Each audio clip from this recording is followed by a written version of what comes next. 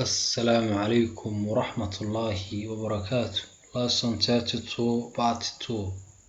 Lesson 32 waxaynu halkan ku qaadanaynaa casharkii 32aad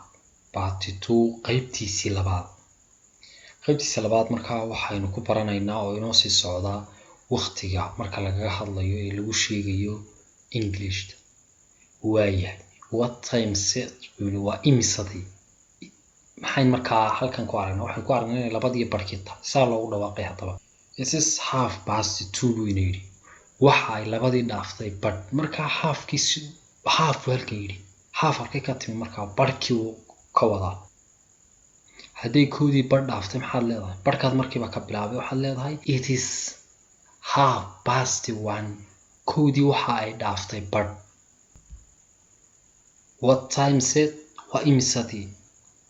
it is 2:31 waa labadii iyo 30 markaa muxuu ina yidhi 31:2 waa 30:2 markaa labadii waxay dhaaftay 30 what time set waa imisadii it is 25:3 markaa qaab kale ayuu dhigay wuxuu yidhi it is 25:3 marka halkaad soo gaadho 35 aad maraysid ayaad inta ka dhiman waqtigii lagu socday marka ayaad sheegay imka saddexdii imsa ka dhiman 5 iyo waxa ka dhiman Soomaha 25 wuxuu yiri it is 25:3 25 bay u jirtaa saddexdii 3 buu yiri halkii markii hore past lagu oranayay buu isagu markaas uu galiyay hadda what time set buu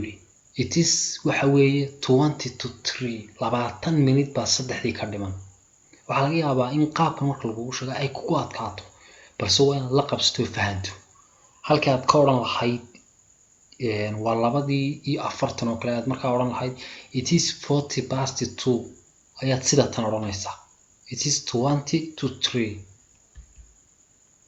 what time set waa imisadii it is 1:45 rubuc ayay leedahay saddexdii hay markaa 15 minuut ma ka dhiman 15 muxuu noqonayaa rubuc buu noqonayaa Soomaha oran maysid 15 baa ka dhimanay waxaad oranaysaa rubuc baa ka dhiman sidaan u bad ugu dhawaaq hay maxaa xiga what time set waa imisadii it is 2 minutes to 3 it is 2 minutes to 3 2 minute ayaa saddexdii ka dhiman waxaan filayaa timeka inaad fahanteen kullay qaybistaan ugu muhiimsan wixii hadda qaybto waad la qabsanaysaa marka qaybitaanka inoo badiya saasana inoo ballana casharkuna halkaas ayuu inoogu joogayaa haddii aad ka faa'iiday casharkan like dhe channelkana subscribe saaro una furo jaraska si aad ula socoto casharada dambe una share garee asxaabtaada haddii aad jeceshahay inaad si fudud u barato ku hadalka luqadda Ingiriishta igala soo xiriir nambarada kor ku xusan